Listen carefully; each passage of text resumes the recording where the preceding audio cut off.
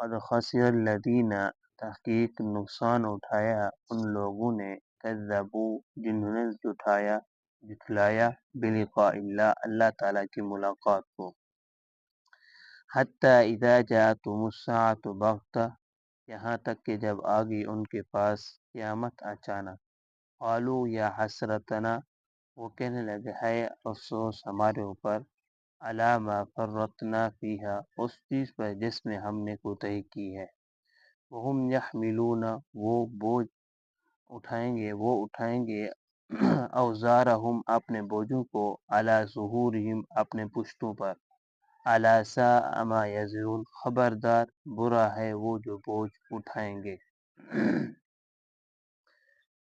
یہاں سے اللہ تبارک و تعالی ارشاد فرما رہے ہیں کہ خسارے کے اندر ہیں، نقصان کے اندر ہیں وہ لوگ جو اللہ تعالیٰ کی ملاقات کو جھٹلاتے ہیں، یعنی قیامت کو جھٹلاتے ہیں، کہتے ہیں قیامت کے نہیں ہوگی، اللہ تبارک و تعالیٰ سے ہماری ملاقات نہیں ہوگی، یہ لوگ خسارے کے اندر ہیں، نقصان کے اندر ہیں۔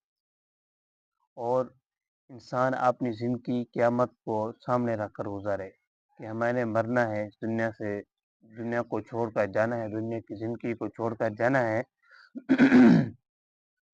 آگے جو کچھ بھی ہم اس دنیا کی زندگی کے اندر کر کے جائیں گے، آگے ہمیں جواب دینا پڑے گا، یہ انسان اپنے سامنے رکھ کر گزارے قیامت کو، اور قیامت مرنے کے بعد ہی شروع ہو جاتی ہے۔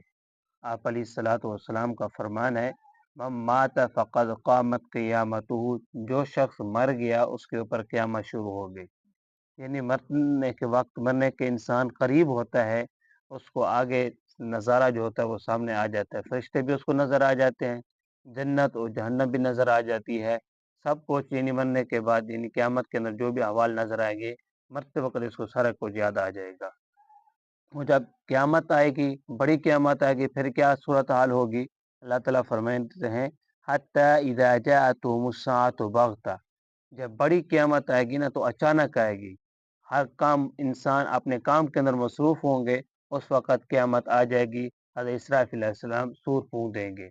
مثال کے طور پر کوئی آدمی کپڑا لینے کے لیے دکان کے اوپر گیا ہوا ہے، تو دکان تھان کھول کر کپڑا دکھائے گا اور گاہک دیکھے گا، اس وقت قیامت قائم ہو جائے گی، گاہک پیسے نہیں دے سکے گا، اور جو دکاندار ہے کپڑا نہیں لپیٹ سکے گا، قیامت آ جائے گی۔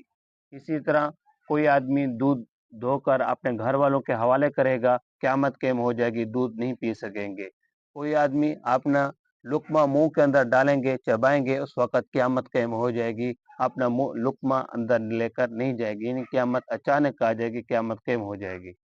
قالوا یا حسرتنا علی ما فرطنا فیہا، جو لوگ قیامت کا انکار کرتے تھے، یعنی کافر لوگ، مشرک لوگ جو قیامت کو نہیں مانتے کہ قیامت قائم نہیں ہوگی، یہ دنیا کی زندگی ہے، یہ مٹی مٹی ہو جائے گی، مرنے کے بعد ہم دوبارہ نہیں اٹھائے جائیں گے، وہ کہے گے ہائے افسوس ہمارے اوپر یہ کیا ہو گیا ہے، جس چیز کا ہم انکار کرتے تھے وہ تو اب قائم ہو گئی ہے، اب ہم دوبارہ اٹھ رہے ہیں، تو قیامت قائم ہو جائے گی، سارے کے سارے لوگ، جتنا بھی جاندار انسان چیز ہے، شمال کے اندر ہیں، جنوب کے اندر ہیں، مغرب کے اندر ہیں، مشرق کے اندر ہیں، جتنا بھی جہاں کہیں بھی جو بھی مخلوق ہوگی، سب کے سب مر جائے گی، حتیٰ کہ حضرت اسرافیل علیہ السلام جو سور پھونکنے والے ہیں وہ بھی مر جائیں گے۔ وَيَبْقَى وَجْهُ رَبِّكَ ذُو الْجَلَالِ وَالْإِكْرَامِ، صرف اور صرف اللہ تبارک و تعالی ذات باقی رہے گی، باقی سب کچھ فنا ہو جائے گا۔ وَهُمْ يَحْمِلُونَ أَوْزَارَهُمْ عَلَى ظُهُورِهِمْ، جب قیامت قائم ہو جائے گی، ہر شخص اپنے اعمال کا بوجھ اپنے پشتوں پر، اپنے پیٹوں کے اوپر اٹھائے گا۔ آپ صلی اللہ علیہ وسلم کا فرمان ہے کہ جو شخص زکوٰۃ لینے والے جاتے تھے، زکوٰۃ وصول کرنے والے جاتے تھے، تو آپ صلی اللہ علیہ وسلم کو فرماتے تھے کہ کسی مال کے اندر خیانت نہیں کرنا، اگر کسی مال کے اندر تم خیانت کرو گے تو کل قیامت کے دن تمہارے پیٹوں کے اوپر لادا جائے گا۔ مثال کے اوپر کسی نے بکری چرائی ہے، کسی نے اونٹ چرایا ہے، کسی نے کسی کی زمین کو غصب کیا ہے، یا جو کچھ بھی کسی کا چرایا ہے، وہ کل قیامت کے دن اپنے پیٹوں کے اوپر اٹھائے گا، اللہ تعالیٰ کے سامنے کھڑا ہوگا۔ حضرت ابو ہریرہ رضی اللہ تعالیٰ نے ایک مرتبہ یہ حدیث بیان کی، تو ایک مذاق کرنے والے نے کہا کہ یہ جو آپ کے اندر حدیث بیان کی گیا کہ ہر شخص قیامت کے دن آپ نے بوجھ اٹھائے گا، کسی نے اونٹ چوری کیا ہے، اگر کسی نے 5 اونٹ چوری کیے ہیں تو وہ اپنے پیٹھ کے اوپر کیسے اٹھائے گا؟ یہ پیٹھ تو ہماری چھوٹی ہے، اس انسان سے اتنا سا ہے، وہ 5 اونٹ اپنے سینے کے اوپر کیسے اٹھائے گا؟ اس نے حدیث کا مذاق اڑایا۔ تو حضرت ابو ہریرہ رضی اللہ تعالیٰ نے کہا کہ حدیث کا مذاق نہ اڑا. آپ صلی اللہ علیہ وسلم کا فرمان سچا ہے کہ آپ نے یہ نہیں سنا کہ قیامت کے دن جو مجرم لوگ ہوں گے ان کے دونوں کندھوں کے درمیان اتنا فاصلہ ہو جائے گا، اتنا بڑے ہو جائیں گے کہ 3 دن تک تیز رفتار گھوڑا دوڑتا رہے گا، پھر ایک کندھے سے لے کر دوسرے کندھے تک وہ سفر پورا نہیں کر سکے گا. یعنی اتنا بڑے مجرم لوگ ہو جائیں گے.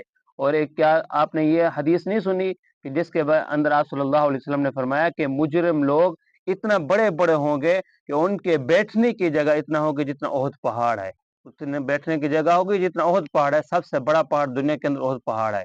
اتنا بیٹھنے کی جگہ ہوگی. کہ آپ نے یہ حدیث نہیں سنی جس کے اندر یہ بیان کیا آپ صلی اللہ علیہ وسلم نے کہ مجرم لوگ جو ہوں گے ان کے جو دانت ہوں گے، جو ان کی داڑیں ہوں گی، وہ اتنا بڑی ہوں گی جتنا احد پہاڑ ہے. ان ایک دانت احد پہاڑ کے برابر ہوگا. جب اتنا بڑے مجرم لوگ ہوں گے تو 5 اونٹ کیا 100 اونٹ جتنا بھی آئیں گے اپنی پیٹھوں کے اوپر اٹھا کر اللہ کے سامنے پیش ہوں گے. تو فرمایا وَهُمْ يَحْمِلُونَ أَوْزَارَهُمْ عَلَى ظُهُورِهِمْ. جو بھی چرائے گا، جو بھی خیانت کرے گا، کسی کی زمین غصب کرے گا، 7 زمینیں اپنے پشتوں کے اوپر اٹھا کر آئیں گے. جتنا بھی کرے گا سب اٹھا کر آئیں گے. أَلَا سَاءَ مَا يَزِرُونَ. اللہ تعالیٰ فرمایا کہ برا ہے وہ جو بوجھ اٹھا کر آئیں گے. یعنی جو بھی چوری کر کے آئیں گے، جو بھی سامنے آئے گا، جو کچھ بھی کریں گے وہ سارے کے سارے اپنے پیٹوں کے اوپر لادے ہوں گے. تو ساری مخلوق جمع ہوگی نا، میدان محشر ہوگا، سارے لوگ جمع ہوں گے. تو اس وقت رسوئی ہوگی جو لوگ خیانت کریں گے. اسی وجہ سے ہم نے دنیا کی زندگی گزارنی ہے. معلوم نہیں کہ کب اس دنیا کو چھوڑ کر جانا ہے. تو قیامت کو سامنے رکھ کر گزاریں. یہ قیامت نہ آنی ہے. ہر سوال کا، ہر کام کا ہم نے جواب دینا ہے. تو اس وجہ سوچ سمجھ کر اپنا قدم اٹھائیں. دعا ہے کہ اللہ تعالیٰ ہم سب کو عمل کرنے کی توفیق عطا فرمائے.